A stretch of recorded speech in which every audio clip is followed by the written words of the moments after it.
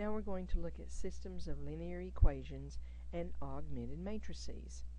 A matrix is a rectangular array of numbers written within brackets. They're also given names. Normally it's capital letters. So matrix A, right here, has these particular numbers in it. Notice how it's a rectangular form.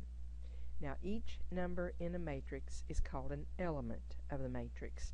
Matrix A has 6 elements arranged in 2 rows, 3 columns. Columns are up and down just like columns on a house.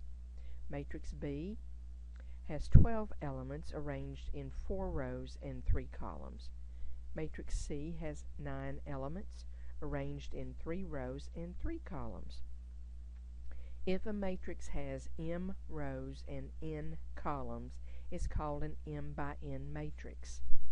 The expression m by n is called the size of the matrix, and the numbers m and n are the dimensions of the matrix. Note that the number of rows is always given first.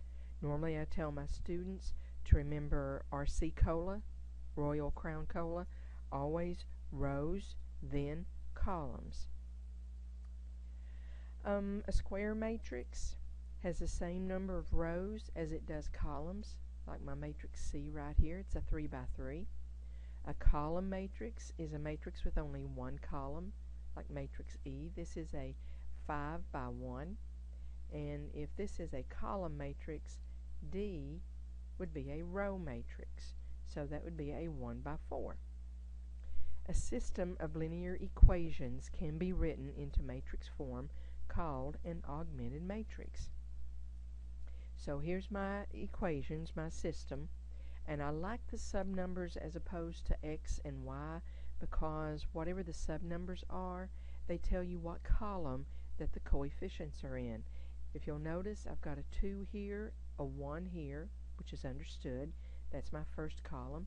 I've got a -3, 2, second column, and my constants go in the last column. Now here's some terminology. Pretty much this whole section is terminology. The coefficient matrix are the numerical coefficients that's with my variable pieces. The constant matrix are the constants. And this will come into play a little bit later in some later sections.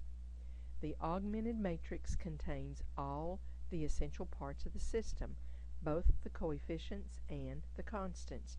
The vertical bar is included only as a visual aid to help us separate the coefficients from the constant terms.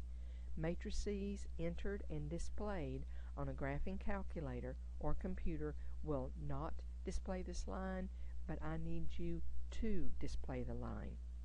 Okay? And it separates the coefficients from the constants, and it's always in this form. So what I need you to do with this first one, maybe pause me a second, change the following augmented matrix into a system of linear equations. Shouldn't take you long. I'm going to go ahead and do it though. So this would be the first row would give me my equation 1x sub 1 minus 2x sub 2 equals 7. Notice the 1's understood. I don't have to put it there. Second row would be 3x sub 1 plus 4x sub 2 equals 1. Okay? Now the matrix contains, again, the essential parts of the system of equations. Our objective is to learn how to manipulate augmented matrices in order to solve the system of equations if a solution exists. The work we will perform on this augmented matrix a little bit later on is a generalization of the elimination method from the last section. The prior matrix, once we perform row operations, would look like this. Okay? Which means if I rewrote this into equation form, I'd have x sub 1 would equal 3 and x sub 2 would equal -2. Okay? And we're going to learn how to do that with our calculator. The calculator's been sitting there, but it will start coming into play here shortly. That's it for this video. Thank you.